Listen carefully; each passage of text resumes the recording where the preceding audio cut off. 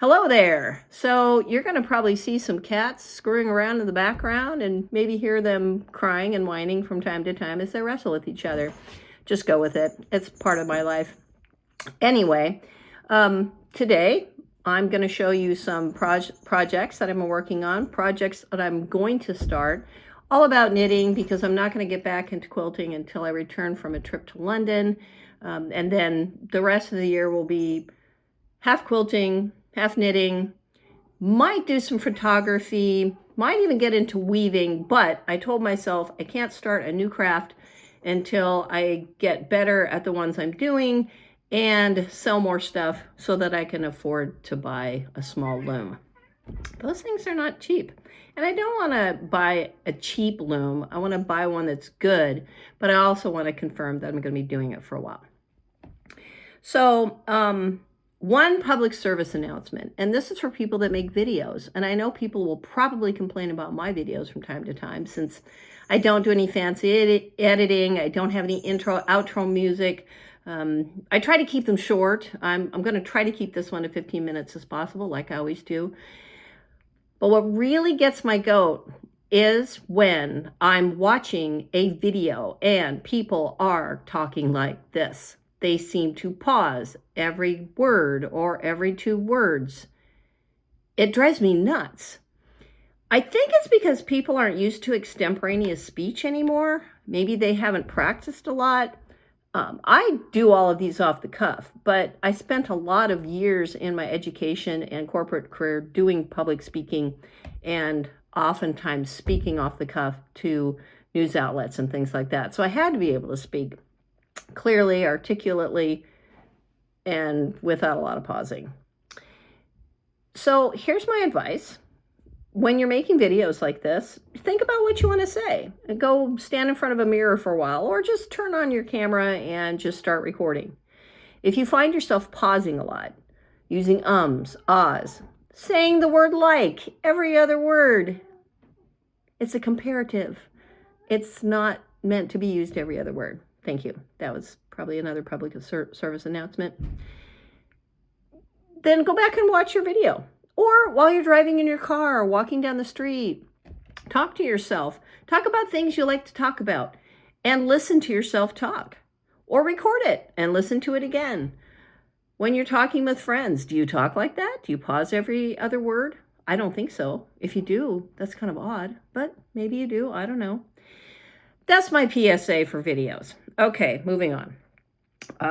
In 2019, I was the pastry chef and baker at a remote lodge in the Cascade National Forest, Lake Crescent. It's a beautiful place if you ever get to go there.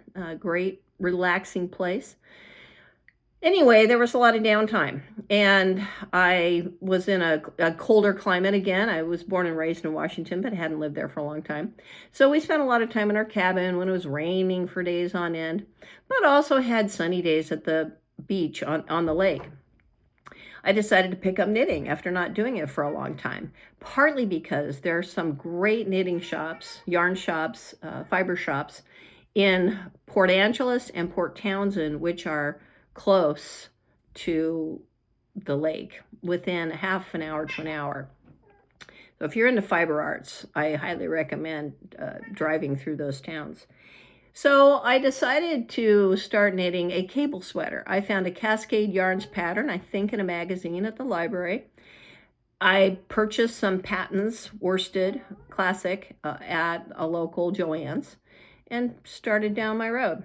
So I did the back first, as we always do. You know, it has corrugated ribbing. I love doing corrugated ribbing. I used to do that a lot. And it's got an involved cable pattern. Then I started the front and then moved back to California and put it away. And didn't knit again for a good 5 years. In fact, I just picked up knitting again, maybe a year and a half, 2 years ago. So found this, thought, nope, don't want to deal with that right now. I have other things I want to knit.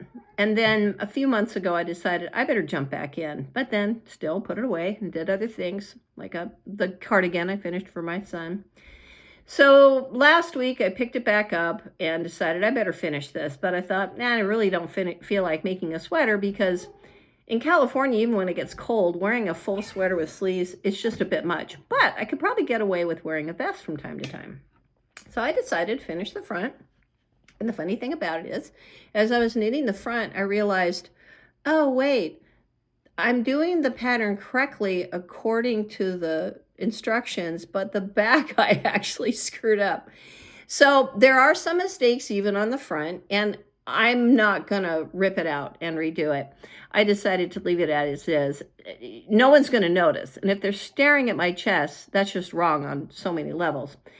So I decided to convert it into a vest. I'll do corrugated ribbing around the arms and probably here, or maybe some other kind of decorative stitch, and then be done with it. So when you find something like that, just, figure it out. You don't have to complete the whole pattern. You can make adjustments and do it. I did post that information on a Facebook page that I used to belong to, and I did get a couple of comments from people saying, oh, you should rip it out and you should redo it. I'm like, no, not doing it. You might want to. And if I was doing it for someone else, I definitely would rip it out and fix it. But it's for me, and it's okay. I don't mind the mistakes. It just reminds me I'm human. The other thing I'm going to do is I've made a list of patterns that I want to knit, and then I wrote down some notes on some of the yarn I want to use. I've got a lot of yarn. I have a whole Rubbermaid tub that's about 24 by 24 and this deep, full of Patton's worsted. Now, I can't get that anymore, really. I used to get a lot of it through Joanne. I can't get it anymore. It's just not available. So over the last couple of months, I've purchased as much as I can in anticipation of making some more sweaters like this. I did this sweater in Patton's worsted. It is a sweetheart pattern, and I will list the patterns and where I found them in the notes below, but I did it this way, and I really enjoyed changing the color and making it a little bit more abstract. And one of the reasons I did that is I really wanted to do a heather pattern here. So I just made this chart up and added it, and with the green and the purple, it's absolutely perfect. So that's what the bottom and the sleeves look like on this sweater, and then the color is the same mimicked up above. I enjoyed doing this quite a bit. I have a good friend who really wanted this sweater, but it's too big for her and fits me. So I'm gonna wear it, and then I'm hoping I have enough to make her one too. Then, let's see. Oh, I'm also gonna make a hat, and I forget the name of the gal who writes these great knitting books. She's done one of the national parks. She did one for California parks. And this one is for a Washington hat. So I did get some Patton's Evermore, which is kind of a tweedy yarn, and then a skein of local grown, which is also 100%. I will probably throw in another color, maybe a darker color, a little bit of that dark blue, or maybe white. I haven't decided, but it is the Washington State hat, and it looks like trees, evergreen trees, and ground and grass down below, and then the sky. And then I thought, and she has instructions for embroidering a little Sasquatch walking along. And I thought since I make magic in Galaxy's Edge in Disneyland, wouldn't it be cool if I just made a couple of little Ewoks on the bottom? Now, I'm not sure how I'm going to embroider Ewoks. I'll really have to think about that, because they might just look like stumps once I'm done. I thought that might be a fun pattern, so I'm going to be working on that. And I have it in this project bag that I made out of a Pottery Barn quilt. It's one of the things I've done over time is I use quilts. I used to make a lot of jackets, but that market is saturated.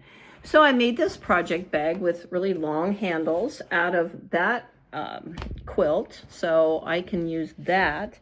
And then I also have somewhere around here, oh, here, I made another one in the form of a komebukuru, which is a Japanese rice bag, so flat on the bottom, and then panels around. I did use the same quilt, and then I lined it with some different fabric. I have a lot of these Japanese rice bags I've made.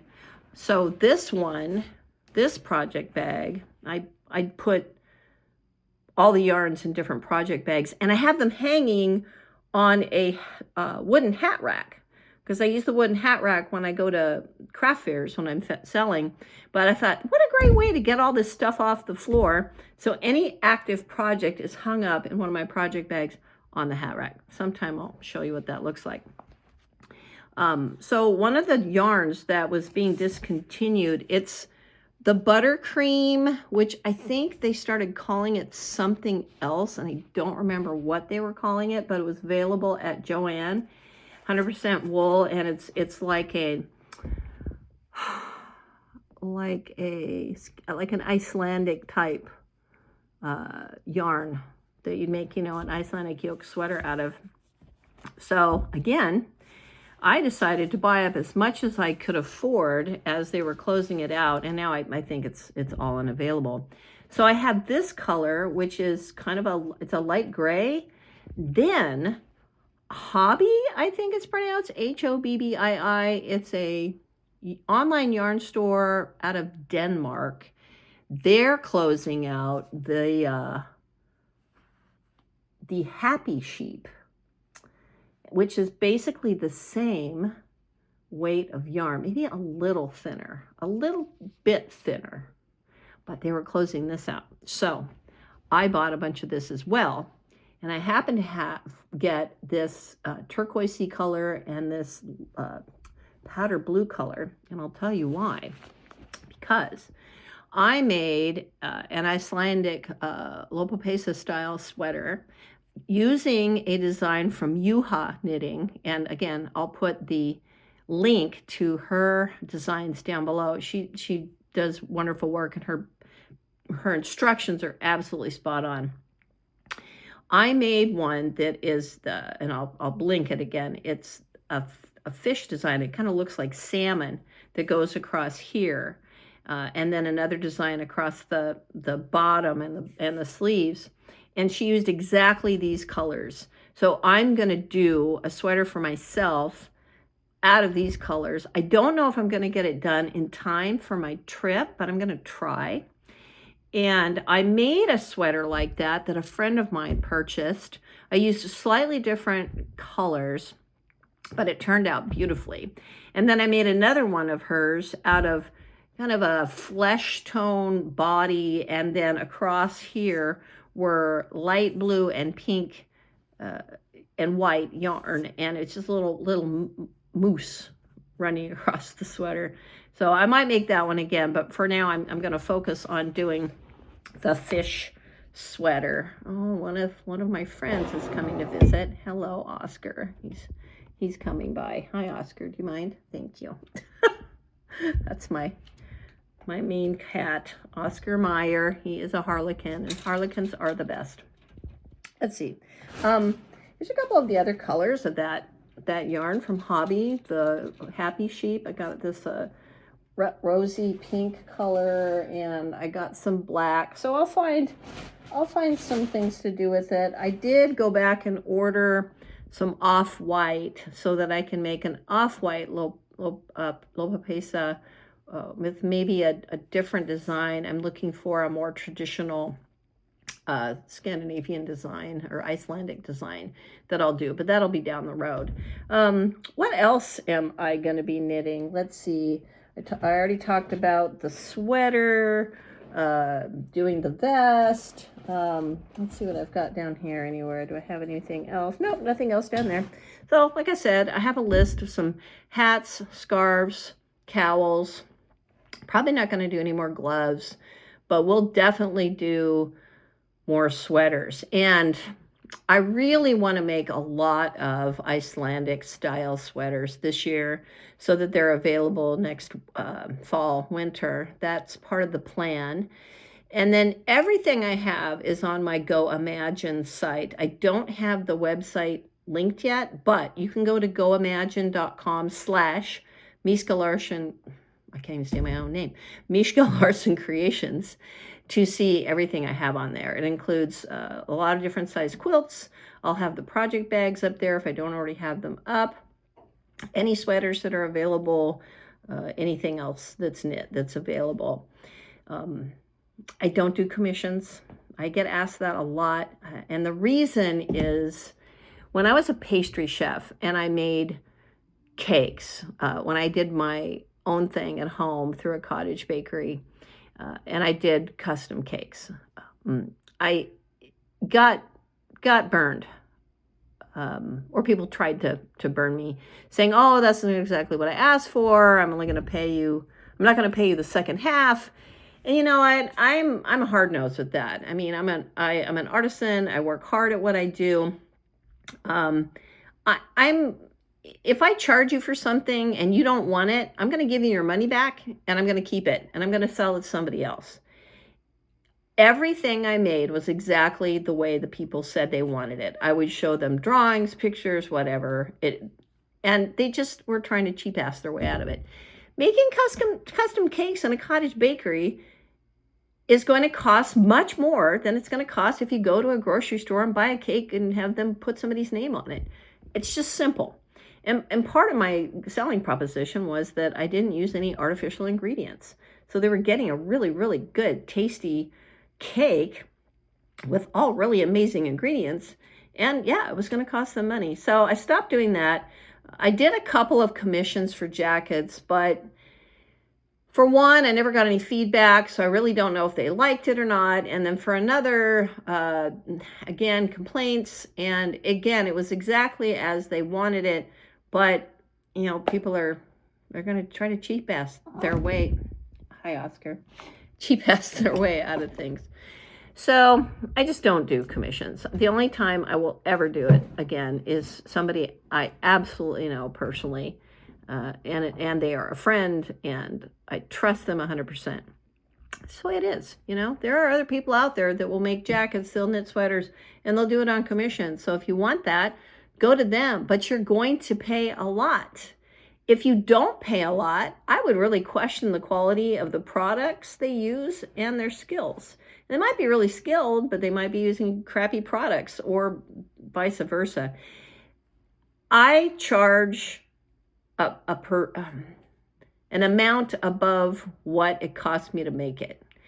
If I were to charge by the hour, no one would ever be able to pay what it would take.